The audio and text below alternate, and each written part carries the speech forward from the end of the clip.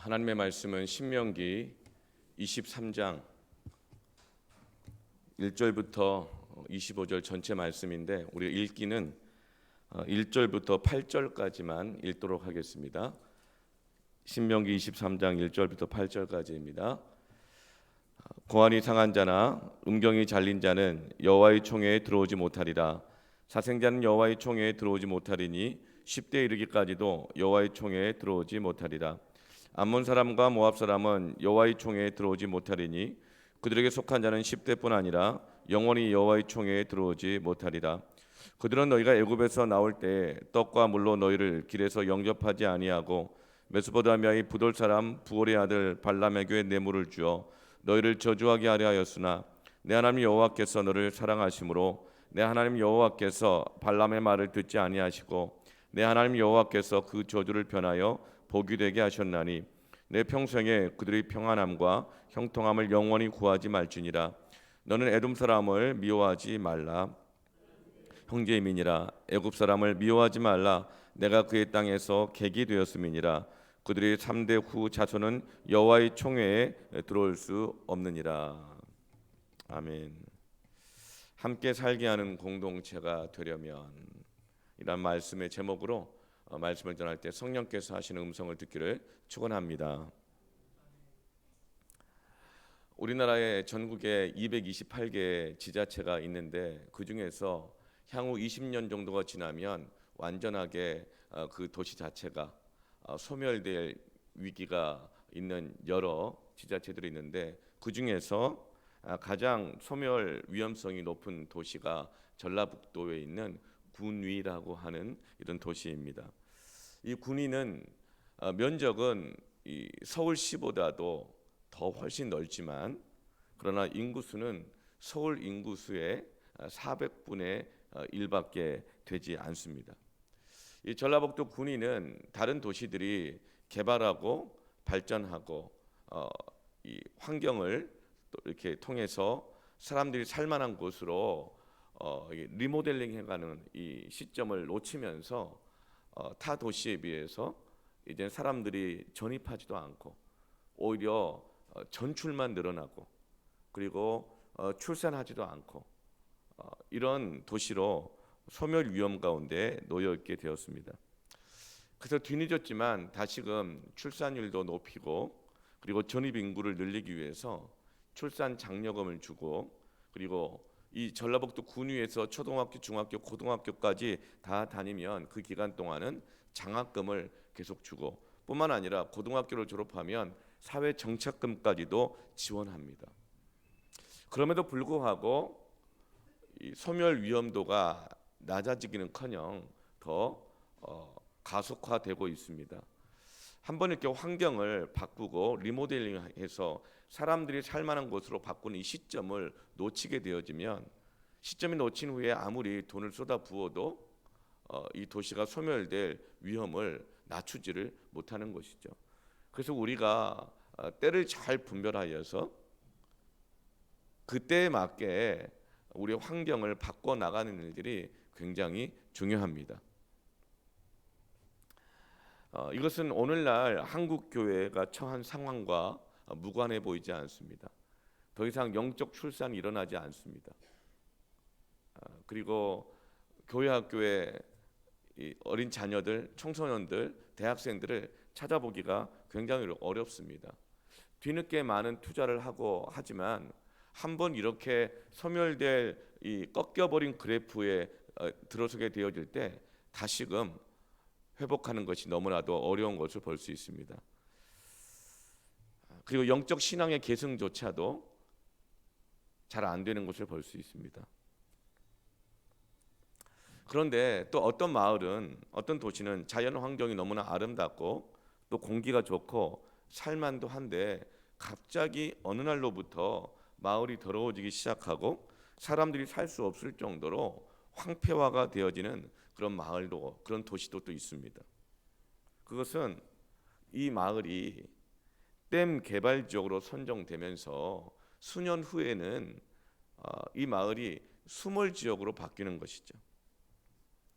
그래서 사람들은 더 이상 마을을 관리하지도 않고 쓰레기를 아무데나 함부로 버리게 되어지는 것입니다. 소멸 위험도에 놓여 있는 이런 도시나 그리고 이 댐 수몰 지역으로 선정되어져서 황폐화되는 이 도시나 갖고 있는 공통점은 무엇입니까? 그것은 바로 미래가 없다는 것입니다. 앞으로 여기서 살만한 곳이 아니라고 생각한다는 것이죠. 미래가 없는 곳, 비전이 없는 곳은 함께 살기가 어렵습니다. 사랑하는 성도 여러분, 우리 이 도시가 그리고 우리 가정이, 우리 교회가 함께 살게 하는 공동체가 되게 하기를 원합니다. 그러려면 미래가 있어야 됩니다. 비전이 있어야 됩니다. 잠언 29장 18절 말씀에 묵시가 없으면 백성이 방자에 행하거니와 율법을 지키는 자는 복이 있느니라.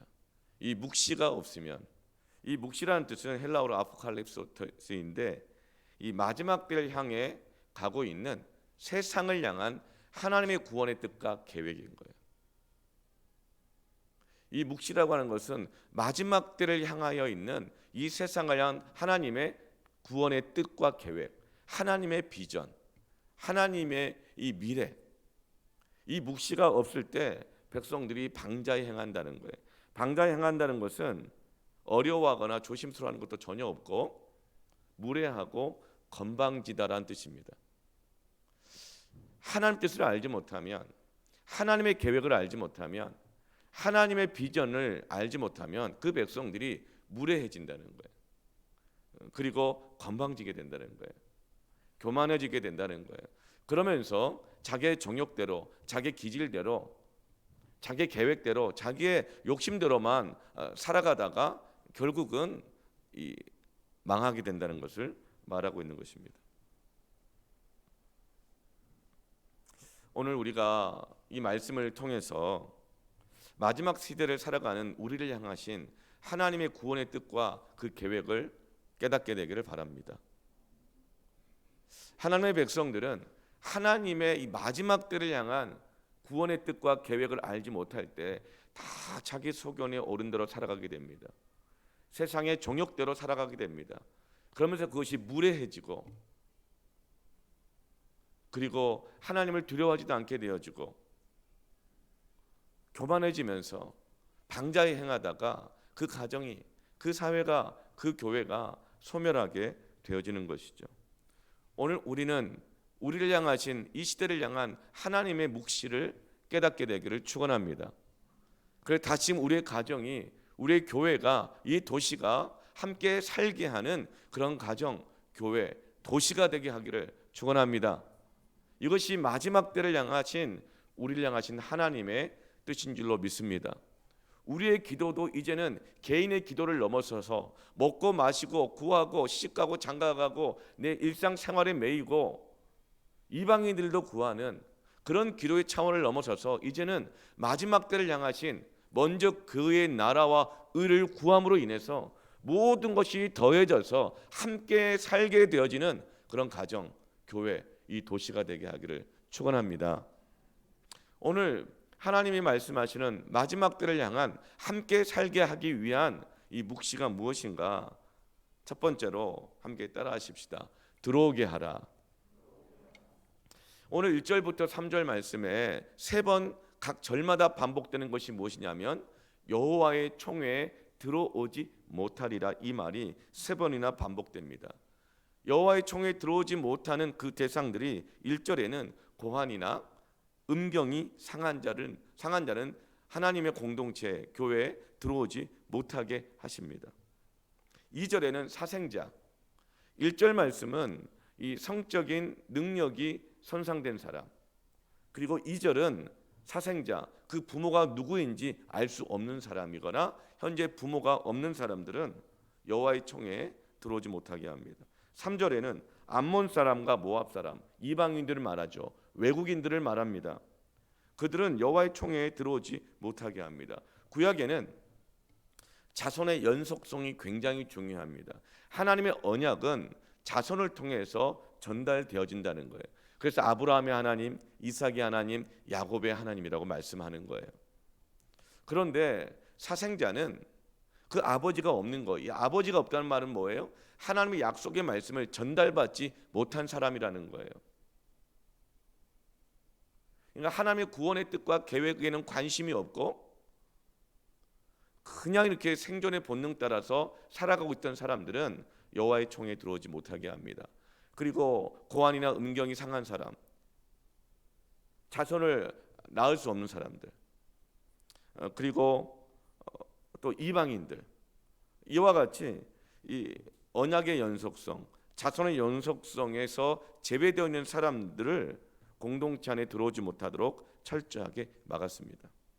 그런데 이런 사람들은 10대에 이르기까지 들어오지 못하게 하라. 또 어떤 경우는 영원히 들어오지 못하게 하리라 이렇게 말씀을 하셨는데, 그런데 또 다시금 7절 8절 말씀을 보면 여지를 주십니다. 7절에 에돔 사람을 미워하지 말라. 그는 내 형제임이니라. 애굽 사람을 미워하지 말라. 내가 그의 땅에서 객이 되었음이니라. 그들의 3대 구 자손은 여호와의 총회에 들어올 수 있느니라. 전에는 거절했던 사람들이에요. 에돔 사람은 누굽니까? 에돔이란 뜻은 불달한 뜻입니다. 에돔은 이 야곱의 형이었던 에서의 후손들입니다. 그래서 그들은 내 형제들이니까 그들을 다시금 들어오게 하라는 거예요. 또 애굽 사람은 누굽니까? 이방인들 중에서, 외국인들 중에서 대표적인 민족 아닙니까? 그런데 그런 애굽 사람도 3대가 지나게 되면 다시 하나의 말을 바꾸셔요. 그래서 이 여호와의 총회에 들어올 수 있게 하라고 말씀하십니다. 에돔 사람들은 이스라엘의 형제이죠. 그런데 그냥 형제가 아니에요. 내쫓겨져 났던 형제 중에 하나입니다. 에돔은 에서는 야곱의 경쟁자였습니다. 원래 장자는 에서였는데 장자의 특권을 하나님께서 말씀으로 약속해 주신 그 장자의 그 어마어마한 그 특권을 팥죽 한 그릇과 바꿔버렸어요. 내가 지금 팥죽 한 그릇 먹는다고 해서 바꿔 먹는다고 해서 내가 장자인 게 취소가 되나? 무시했어요. 가볍게 여겼어요. 하나님의 말씀을 가볍게 여긴 거예요. 방자에 행한 거예요. 그러면서 지금 당장 얻게 되는 팥죽 한 그릇과 하나님이 나에게 주신 약속된 그 장자의 그 어마어마한 특권을 그냥 방자하게 바꿔버린 거예요. 그러다가 장자의 특권을 잃어버리게 되어지고 여호와의 총회에서 쫓겨난 자가 된 것입니다. 그런데 그런 자라 할지라도 3대가 지나가게 되어지면 네가 일궈놓은 이 가나안 땅에 들어와서 공동체 구성원이 되려고 할 때 거절하지 말고 그로 하여금 들어오도록 받아들이라고 말씀합니다. 그리고 또 애굽 사람은 누굽니까? 이방인의 대표죠. 영원히 들어오지 못하게 하라고 했던 민족이지만, 그러나 애굽 사람은 또 어떤 민족이에요? 자신들을, 이스라엘을 노예로 부려먹던 민족 아닙니까? 그럼에도 불구하고 3대가 지나면, 그리고 그들이 들어와서 함께 살고자 할 때에 그들을 들어오도록 받아들이라고 말씀하시는 것입니다. 이 애굽 사람들은 어쩌면 우리에게 있어서는 직장 동료일 수도 있겠고 우리를 부려먹던 직장 상사일 수도 있습니다. 그러나 그들이 하나님의 공동체에 들어올 수 있도록 받아들이라는 거예요. 처음에는 잘 구별하여서 아무나 받아들이면 안 된다, 이렇게 말씀하셨지만 3대가 지나면 그들도 받아들여서 함께 살게 하는 공동체가 되게 하라는 것이죠. 이것은 이사야 선지자 시대 때는 더 적극적으로 하나님께서 오히려 거절했던 그들, 들어올 수 없었던 그들을 받아들일 뿐만 아니라 적극적으로 모아서 들어오게 하라고 말씀하십니다. 이사야서 56장 4절부터 8절 보면 좀 길지만 함께 읽어볼까요? 시작. 여호와께서 이와 같이 말씀하시기를 나의 안식일을 지키며 내가 기뻐한 일을 선택하며 나의 언약을 굳게 잡는 누구에게? 고자들에게는.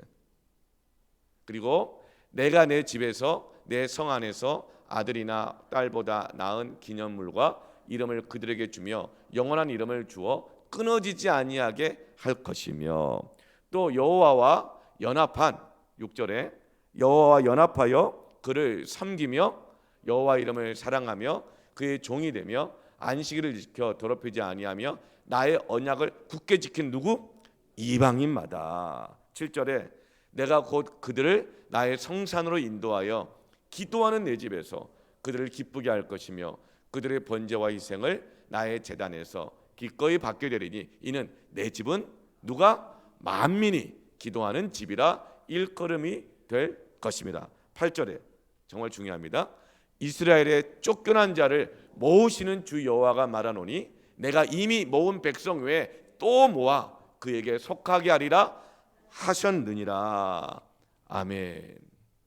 이것이 바로 마지막 때에 하나님의 백성들이 함께 살게 하는 마지막 때의 하나님의 뜻인 것입니다. 그래서 예수님께서도 제자들에게 마태복음 28장의 마지막으로 주시는 명령이 뭡니까? 너희는 땅끝까지 가서 모든 민족으로 하여금 아버지와 아들과 성령 이름으로 세례를 주고 내 제자가 되게 해라. 오늘 이사야서 56장 4절 8절에 이 고자들을 이방인들을 모아서 받아들이다. 이 말씀의 구체적인 예가 바로 사도행전 8장에 나오죠. 성령님께서 어느 날 빌립 집사가 예루살렘 교회가 막 부흥을 하는데 핍박이 오면서 흩어지게 되잖아요. 근데 흩어지면서 가는 곳곳마다 부흥의 불씨가 들불처럼 번지기 시작하는데 특별히 그 정말 황폐했던 사마리아 땅에 엄청난 영적인 부흥이 일어납니다. 그 사마리아에서 영적 부흥을 일으켰던 사역했던 사람이 바로 빌립 집사였어요. 그러다 잘 되는 곳에서 어느 날 하나님이 빌립 집사를 딱 들어다가 너 광야로 가라. 밑도 끝도 없이 광야를 가라. 광야로 파송하는 거예요. 전도를 보내는 거예요. 선교를 보내는 거예요. 그런데 그 광야에서 그곳에서 누구를 만납니까? 에디오피아 네시. 누구? 간다게. 걔는 걔인데 간다게를 만나요. 여러분, 네시 간다게는 어떤 사람입니까? 에티오피아 사람이에요. 지금의 북아프리카예요. 이방인입니다. 그리고 네시는 어떤 사람에 해당되죠? 고자에 해당됩니다. 그런데 하나님께서는 그들을 모으기를 원하시는 거예요. 그래서 빌립 집사를 광야로 보내셔서 그를 만나게 하시고 네시 간다게에게 복음을 전하게 하시고 사도행전 8장 38절에 영광스러운 장면이 있습니다. 그것은 빌립이 세례를 베풀고, 세례를 베푼다는 건 뭐예요? 그것은 네가 하나님의 자녀가 되었다는 것만이 아니라 너는 하나님의 백성이 되었다는 것을 인치는 거룩한 예식인 것입니다. 하나님께서 마지막 때에 영적인 능력을 잃어버리고 출산의 능력을 잃어버리고 하나님의 이 언약을 전수하지 못하고 쫓겨나고 방황하고 유리하는 영적 고자와 같은 사람들, 영적으로 쫓겨나고 방황하고 거류민과 나그네 같은 이런 사람들, 그들을 마지막 때 하나님은 불러 모으셔서 다시금 당신의 백성들로 받아들이도록 하게 하시는 것입니다. 그때 함께 사는 역사가 있습니다. 그래야 하나님의 그 말씀 앞에, 그 묵시 앞에 순종할 때에 다시 우리 신앙이 살아나는 것입니다. 교회가 다시금 살아나게 되는 것이고, 그리고 가정이 다시금 살아나게 되는 것이고, 그렇게 살아난 교회가 그 도시를 다시금 함께 살 수 있는 도시로, 가정으로 변화시키는 줄로 믿습니다. 에베소 2장 19절 21절 22절에 그러므로 이제부터 너희는 외인도 아니요 나그네도 아니요 오직 성도들과 동일한 시민이요 하나님의 권속이라. 이제부터는 너희들이 손님 아니라는 거예요. 여러분, 이 중에도 먼저 온 자가 있고 나중 온 자가 있습니다. 복음의 빛 동산교회만 해도 몇 군데 거쳐 온 자가 있고 그냥 또 바로 여기서부터 신앙생활 시작한 분들도 계시죠. 그러나 그 어느 누구도 손님은 아무도 없습니다. 우리는 모두가 다 하나님의 동일한 권속인 것입니다. 그래야 우리가 함께 할 수 있는 거예요.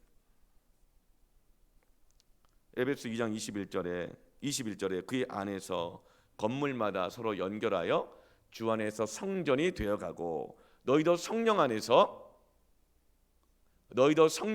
하나님이 거하실 처소가 되기 위하여 그리스도 예수 안에서 함께 지어져 가느니라. 도시마다 출산이 없으니까 소멸되어져 가요. 교육이 없으니까 소멸되어져 가요. 살만하지 않다고 느끼고 미래가 없다고 생각하는 거예요. 영적 출산이 일어나지 않는, 영적 전입이 일어나지 않는, 여러분 그 교회는 미래가 없는 거예요. 사랑하는 성도 여러분, 영적으로 우리가 출산하기를 원합니다. 그러기 위해서는 방황하는 사람들, 흩어진 자들, 나는 쫓겨난 자라는 이 마음을 가진 사람들이 있어요. 여러분, 쫓겨난 사람, 에서가 비록 장자의 특권을 잃어버리고 쫓겨났지만 그냥 쫓겨난 건 아니잖아요. 자기의 정욕도 있었지만 사실은 사기당한 것도 있잖아요. 그러니 그 마음이 얼마나 원통하겠습니까?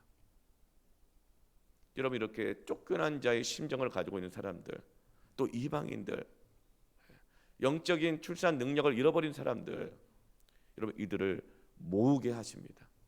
그리고 이들이 다시 하나님의 백성으로 들어올 수 있도록 하나님께서 말씀하십니다. 여러분, 여기에 우리가 관심을 가져야 합니다. 마태복음 24장 말씀에 마지막 때의 특징이 뭐라 그랬어요? 노아의 때와 같다 그랬어요. 먹고 마시고 시집가고 장가가고 전부 다 자신의 인생의 일생의 문제에만 매여서 무엇을 먹을까, 무엇을 마실까, 무엇을 입을까 염려하다가 그것을 위해서만 기도하고 그것을 위해서만 신앙생활을 하다가 마지막 심판의 때가 오기까지 정신없이 살다가 결국은 그렇게 멸망당하고 만다는 거예요. 그래서 예수님이 뭐라고 말씀하세요? 노아의 때와 같은 이 때에 멸하지 않도록 깨어 있으라. 깨어 있으라. 시험에 들지 않도록 깨어 있으라. 그러므로 너희는 무엇을 먹을까 마실까 입을까 염려하지 말고 이런 이방인들과 같은 기도에만 머물러 있지 말고 먼저 그의 나라와 그의 의를 구하라. 그리하면 이 모든 것을 너에게 더하여 주시리라. 여러분, 마지막 때 하나님의 백성들이 묵시가 없어서 방자에 행하다가 자기 욕심과 본능대로만 살다가 하나님의 뜻과 상관없이 살다가 결국은 멸망당한다는 거예요. 소멸된다는 것입니다. 여러분, 하나님 우리에게 무엇이 있어야 될 줄을 다 알고 계십니다. 여러분, 먼저 그의 나라와 의를 구하십시다. 마지막 때를 향한 잃어버린 영혼들, 방황하는 영혼들, 상한 영혼들을 그들을 모으게 하시는 하나님의 그의 나라와 의를 구하기를 축원합니다. 그래서 이제는 영적인 전입이 다시금 불같이 일어날 수 있도록 우리가 함께 기도하고 함께 우리가 전도하고 계획 양육도 받고 계획을 함께 해나가면서 또 선교하면서 마지막 때를 향한 살리게 하기를 원하시는 하나님의 그 나라와 의를 구하기를 축원합니다. 또 하나님께서 함께 살게 하기 위한 두 번째 묵시의 말씀은 이것입니다. 따라합시다. 청소하라. 9절 말씀에 모든 악한 일을 스스로 삼가할지니라 이렇게 말합니다. 이 모든 악한 일이란 어떤 일이냐면 10절에 몽설함으로 부정하거든. 이것은 자유행위와 같은 이런 것들인 것이죠. 하나님께서 생명의 능력을 주셨는데 그것을 허비하는 걸 말합니다. 정욕으로 인해서 때로는 본능으로 인해서 허비되게 하는 일을 말해요. 이것을 조심하라고 말합니다. 여러분, 음란한 생각을 하거나 자꾸 하다 보면 몽설하게 되지 않겠어요? 하나님 우리에게 주시는 이 생명의 능력을 낭비하고 정욕 가운데 허비하게 되는 일들이 있다는 거예요. 여러분, 이것을 성경은 죄라고 말하지는 않아요. 몽설이나 자위라든가 이런 것을 죄라고 말하지는 않아요. 그러나 뭐라고 말해요? 악한 일이라고 말해요. 악 자체라고 말하지는 않아요. 악한 일이라고 말해요. 반면에 음행이나 간음이나 동성애는 가증한 일이고 악이라고 말하고 죄라고 말하고 있습니다. 이 몽설과 같은 것들은 악한 일인데 이것은 부정한 것들인데 마치 뭐와 같냐면 불량식품을 자꾸 먹는 거예요. 이런 불량식품 자꾸 먹으면 어떻게 됩니까? 그게 죄는 아니죠. 그런 것이 내 몸을 상하게 합니다. 그리고 또 다른 사람에게 불량식품을 자꾸 먹이는 거예요. 그럼 그 사람의 몸을 상하게 하는 것이죠. 게다가 손 씻지 않고 자꾸 밥을 막 먹어요. 이것은 죄는 아니에요. 그렇지만 부정하게 만드는 것이죠. 그리고 다른 사람에게도 해가 되게 하는 것들입니다. 이런 악한 일들은 삼가 조심하라 그랬어요. 어떻게 해야 되죠? 11절 말씀에 해질 때 목욕하고 해 진 후에 진에 들어올 것이요 목욕해라 씻어라 이렇게 말합니다. 내 몸은 하나님께 드려야 될 산 예물이고 하나님께 드려야 될 하나님의 성전인 줄로 믿습니다. 그럼 이것이 부정하게 되어졌으면 더럽혀지게 되었으면 어떻게 해야 돼요? 목욕하라는 거예요. 깨끗하게 씻으라는 것입니다. 청소하라는 거예요. 그리고 이제 12절 말씀 보면 그 다음에 이 배설물의 처리에 관한 이야기를 해요. 내 진영 밖에 변소를 마련하고 13절에 그 배설물을 덮을지니. 여러분 청소하는 것 굉장히 중요합니다. 내 몸을 씻는 것, 정결하게 하는 것, 내 마음만이 아니에요. 여러분 이 초대교회 때 거짓 교사들, 영지주의자들은 몸이 뭐 중요하냐, 마음이 중요한 것이지 이렇게 말하면서 영적인 지식이 내 마음에 차곡차곡 쌓아지기만 하면 내 몸은 어떻게 살든지 어떻게 행동하든지 상관없어 이렇게 말했지만 하나님은 그렇게 말씀하지 않으세요. 네 몸은 하나님께 드려야 될 살아있는 예물이다. 예배를 드릴 때 마음으로만 드리는 게 아니라 네 몸이 가야 돼. 네 몸이 하나님과 언약 속에 들어가줘야 돼. 근데 너희 몸을 왜 이렇게 방자하게 행하냐, 네 마음대로 행하냐, 무례하게 행하냐. 막 예배를 드려도 내 몸을 내 마음대로 그냥 쓰는 거예요.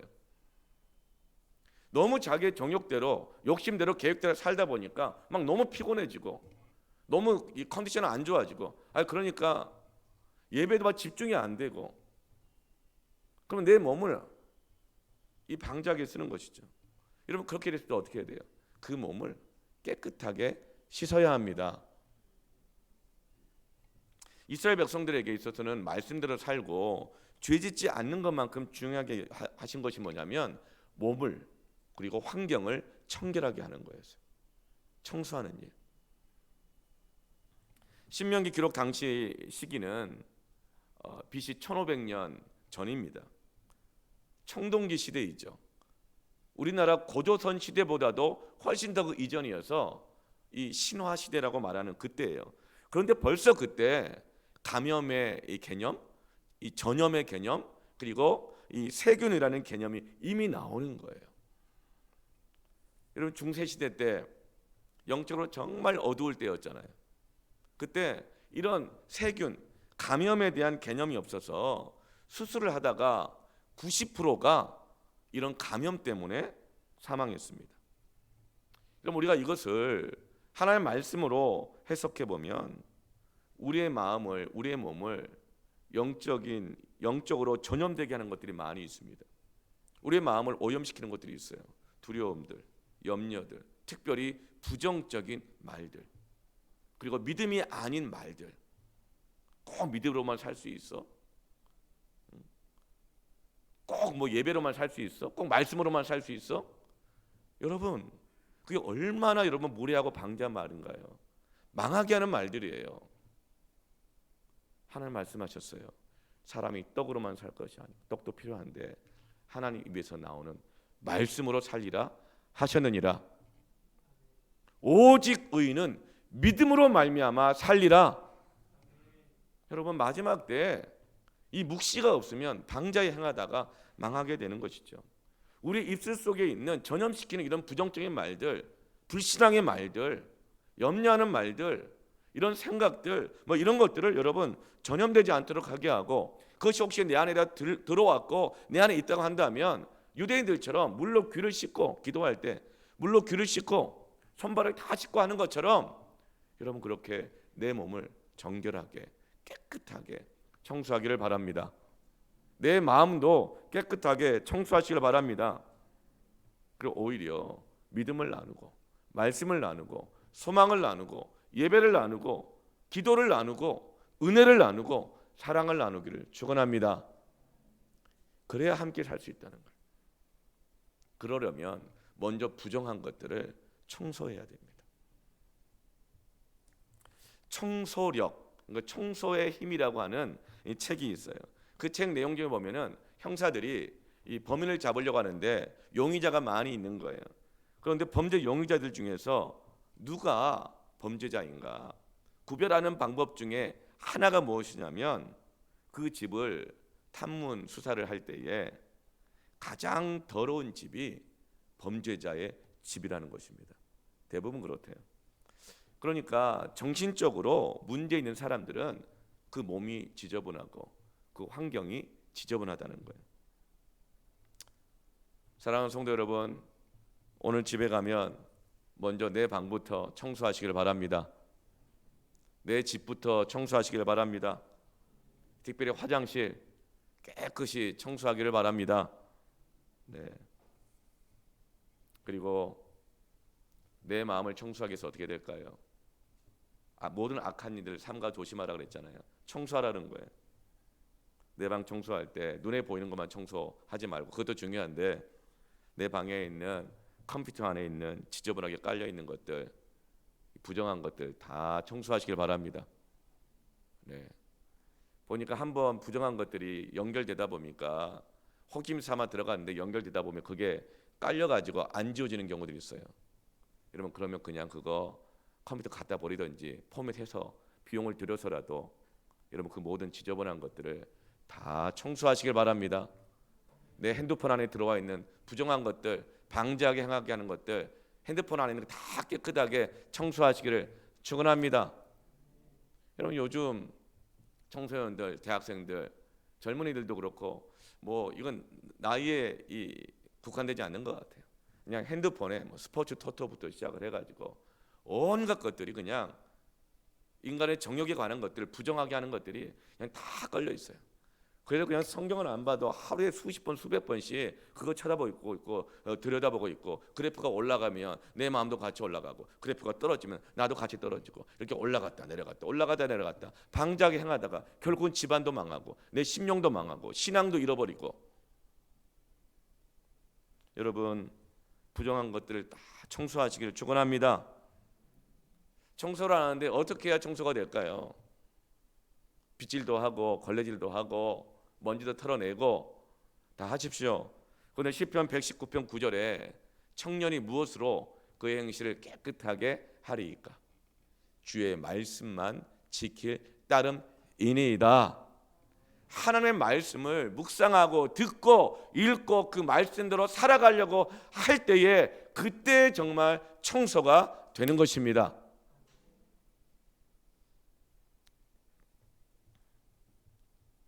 디모데후서 2장 22절 말씀에 또한 너는 청년의 정욕을 피하고 주를 깨끗한 마음으로 부르는 자들과 함께. 이거 굉장히 중요해요. 내가 말씀을 읽고 듣고 설교도 듣고 묵상하고 그 말씀대로 살려고 지키려고 애쓰는 과정 중에 청소가 일어나는데, 그것만 하면 치워놓으면 또 더러워지고 치워놓으면 또 더러워진다는 거죠. 그래서 어떻게 해야 돼요? 정욕을 피하고 주를 깨끗한 마음으로 부르는 자들과 함께 공동체 안에서 함께 깨끗한 마음으로 주님을 불러야 합니다. 함께 찬양해야 합니다. 함께 기도해야 합니다. 같은 마음과 같은 뜻을 가지고 기도하고 함께 예배하시길 바랍니다. 그럴 때 의와 믿음과 사랑과 화평을 따르는 정결한 삶이, 함께 살게 하는 그 삶이 이루어지게 될 것입니다. 말씀을 묵상하고 말씀을 나누고 말씀을 붙들고 함께 그 말씀 가지고 기도하고 예배할 때에 깨끗하게 몸과 마음이 청결하게 되어지면서 내가 살게 하는 사람이 되고, 그제서야 내 가정이 함께 살게 하는 가정 되고, 그때 그 교회가 함께 살게 하는 교회가 되는 것입니다. 여러분, 청소합시다. 그것들을 세 번째로 따라할까요? 베풀라. 16절 말씀을 보면 그가 내 성읍 중에서 원하는 곳을 택하는 대로 너와 함께 내 가운데 거주하게 하고 그를 압제하지 말지니라. 이것은 그 종들을 말합니다. 이것은 직장 생활을 어쩔 수 없이 하다가 도망쳐서 쫓겨나온 그 종된 자들 있잖아요. 그들을 압제하지 말라는 거예요. 이것은 오늘날로 말하면 불법 체류자들, 이주 노동자들, 혹은 계약직들, 혹은 이 직장 저 직장 다니다가 거기 뿌리를 내릴 수 없어가지고 쫓겨난 것과 같이 그런 이 인턴들, 그들이 가지고 있는 약점을 잡고 그들을 압제하지 말라는 것입니다. 그들의 연약함을 보듬어주고 그들을 도와주고 베풀어주는 공동체가 되어야 된다고 말씀하는 것입니다.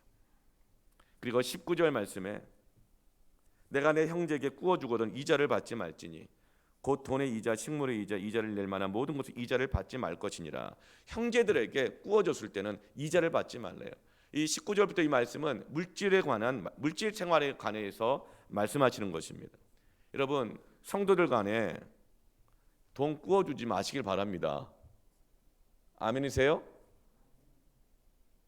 돈 꾸어주지 말고 따라합시다. 돈은 꾸어주는 게 아니라 주는 것이다. 여러분, 사랑을 꾸어주는 거 봤어요? 사랑한다고 하면서 꾸어주지 마세요. 사랑은 꾸어주는 게 아니라 사랑은 주는 것입니다. 그러니까 돈을 꾸어주었다 하더라도, 꾸어줬다는 말은 뭐예요? 이자 받겠다는 얘기거든요. 이자 받지 말고 꾸어줬다 하더라도 원금만 받아라.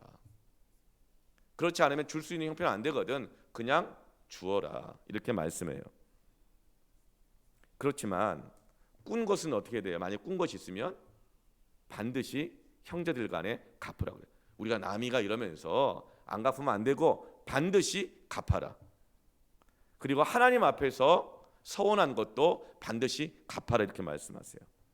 21절에 같이 한번 읽어볼까요? 시작. 내 하나님 여호와께 서원하거든 갚기를 더디하지 말라. 내 하나님 여호와께서 반드시 그것을 내게 요구하시리니 더디면 그것이 내게 죄가 될 것이라. 이것은 하나님 앞에서 헌금에 대한 서원만을 말하는 것이 아니라 하나님의 자녀들 안에 형제들 간에 서로 돈을 꾸어줬던 것들이 있죠. 이걸 포함해서 말하는 거예요. 형제들 간에 돈을 꾸어준 것도 이것도 하나님 앞에서 서원한 것과 같은 것이고, 이것은 하나님 앞에 헌금을 서원한 것과도 같은 것이라는 거예요. 그것을 갚기를 어떻게 하라? 더디하지 말라. 여러분, 꾼 것이 있으면 반드시 갚으십시오. 나중에요, 언젠가는요 하지 마세요. 꼭 갚기를 바랍니다. 그렇지 않으면 하나님이 반드시 그것을 너에게 요구하실 거라는 거예요. 더디면 그것이 무엇이 되죠? 너에게 죄가 될 것이라.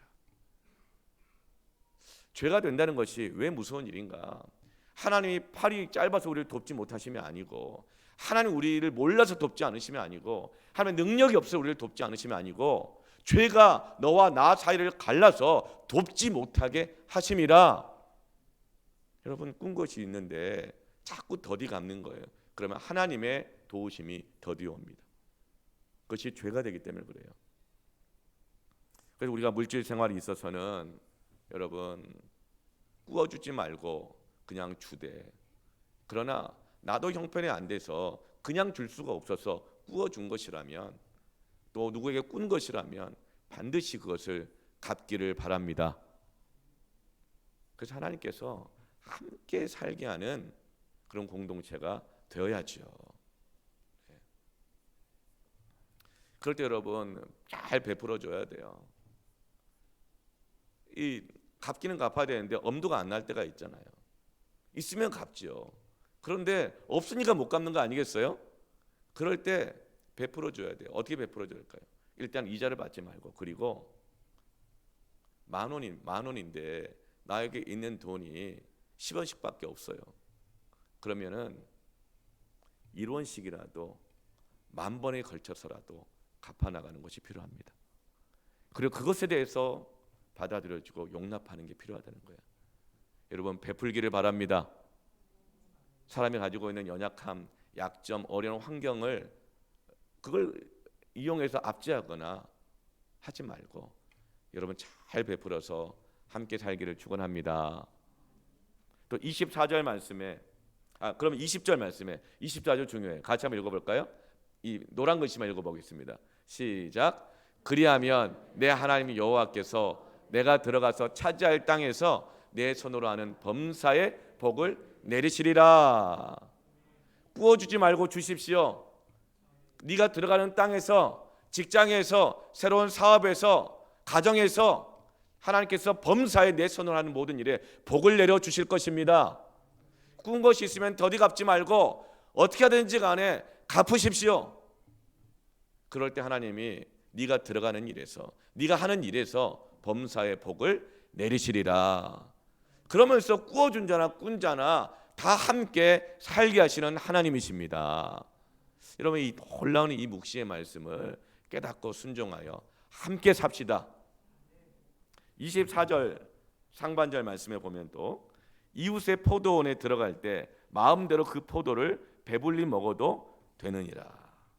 그게 누가 배가 고파가지고 나의 포도원에 들어온 거예요. 거기서 포도를 따먹는데 배불리 먹도록 그냥 두라는 거예요. 그 사람이 먹어봐야 얼마나 먹겠냐, 무슨 멧돼지도 아니고 너희 포도원을 뭐 다 초토화시키겠냐. 그냥 배불리 먹도록 베풀어 주라는 거예요. 그리고 혹시 그 사람이 배가 고파서 살 수 없어서 먹었는데 그 손상된 것이 있으면 그냥 베풀고 그냥 주면 하나님께서 그 손을 하는 모든 일에 복을 주셔서 다 채워주실 것을 믿으라는 것입니다. 누가 많이 먹는다고 자꾸 눈치 주지 말라는 거예요. 그런데 24절 하반절에 이렇게 말씀하세요. 그러나 그릇에 담지는 말라. 그릇에 담지는 말라. 배불리 먹어라. 그럼 먹는 너도 먹었으면 배가 찼잖아요.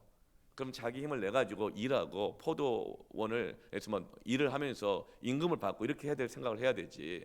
배불리 먹었는데 그릇에 담아 가지고 가. 그 뭐예요? 남의 것 가지고 계속 살겠다는 거잖아요. 그렇게 하지 말라는 거예요. 뷔페에 가서 마음껏 먹어라. 그런데 꼭 싸가시는 분들이 있잖아요. 요즘은 없어. 뷔페 가서 음식만 싸가는 게 아니라 포크 접시까지 가방에 담아 갖고 오는 분들이 있다고 그러더라고요. 싸가지 말라는 거예요. 예전에 우리 교회에서 코로나 기간 동안에 이 목사님들이 모여서 회의하는 시찰회 행사를 한번 한 적이 있어요. 그래서 이분들에게 무슨 선물을 드릴까 하다가 우리 관리부에 부탁을 해가지고 그때 당시에 참 구하기 어려웠던 거. 그때 마스크 한번 살라 그래도 순번제로 줄 서 사고 막 이럴 때 있잖아요. KF94 그 귀한 마스크 한참 귀할 때 그걸 구해가지고요 선물로 50세트를 준비했어요. 왜냐하면 시찰회 목사님들 23분이거든요. 23분이 오는데 한 분당 두 세트씩 가져갈 수 있도록 이 관리부에서 넉넉하게 50세트를 준비했습니다. 그런데 나갈 때 다 하나씩 집어가셨거든요. 그런데 5분이 못 받아가셨어요. 왜요? 어떤 목사님들이 집에 챙겨가신 거예요. 저는 이렇게 생각해요. 그 교회 어려운 성도 생각했겠다. 그 마스크 주려고. 대부분이 저희 23개 시찰의 이 교회들의 각 한 70% 가까이가 미자립 교회예요. 우리 교회가 23개 교회 중에서 4번째로 큰 교회입니다. 그래서 얼마나 어려우면 그런 마음이 들었어요. 그리고 갖고 와서 뭐 좋은 일 쓰시겠지. 자기가 다 쓰려고 하겠나. 이런 생각을 했는데 걱정은 됐어요. 왜냐하면 다른 못 받아간 5분 목사님이 시험에 들었을까 봐. 그분들도 어렵거든요. 여러분 함께 살 때요 먹고 마시는 일이 있습니다. 근데 그건 싸가지는 마세요. 어떤 좋은 일 쓴다고 싸가지는 마세요. 그것 때문에 시험 들고 이 관계가 깨지는 일들이 많이 있어요. 다행히 다 목사님들이셔서 아무도 시험 들지 않았어요. 그리고 그 시찰의 모임이 다시는 오나 봐라 이렇게 깨지지도 않았어요. 다행인 거죠. 모든 목사님들이 넉넉한 마음을 가지고 베풀었기 때문에 그런 거죠. 내가 가져갈까 못 가져가도 그것 때문에 누구 눈치 주거나 이러지 않으신 거죠. 여러분 우리는 그렇게 하기를 바랍니다. 배불리 먹고 싸가지는 말되. 그러나 혹시라도 싸가는 사람이 있거든 좋은 일에 쓰겠거니. 오죽 어려우면 그렇겠나. 예. 여러분 그렇게 넉넉한 마음으로 베풀기를 바랍니다. 그래서 우리가 함께 살아가십시다. 함께 살게 하십시다. 마지막 때 하나님께서 그 교회가, 가정이, 그 사회가 함께 살게 하시기 위한 그 묵시는 대단한 것 아닙니다. 큰 것 아닙니다.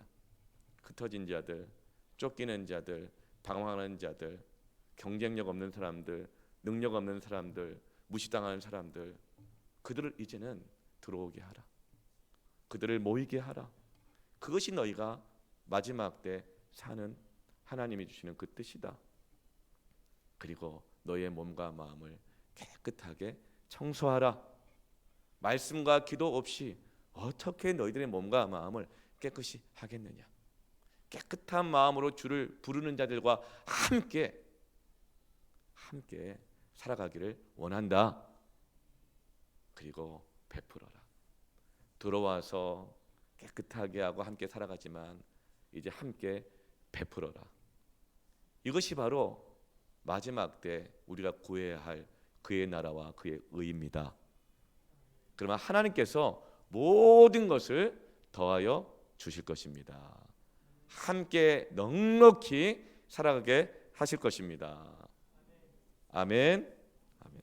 함께 우리 찬양하면서 기도하고 또 헌금도 하겠습니다.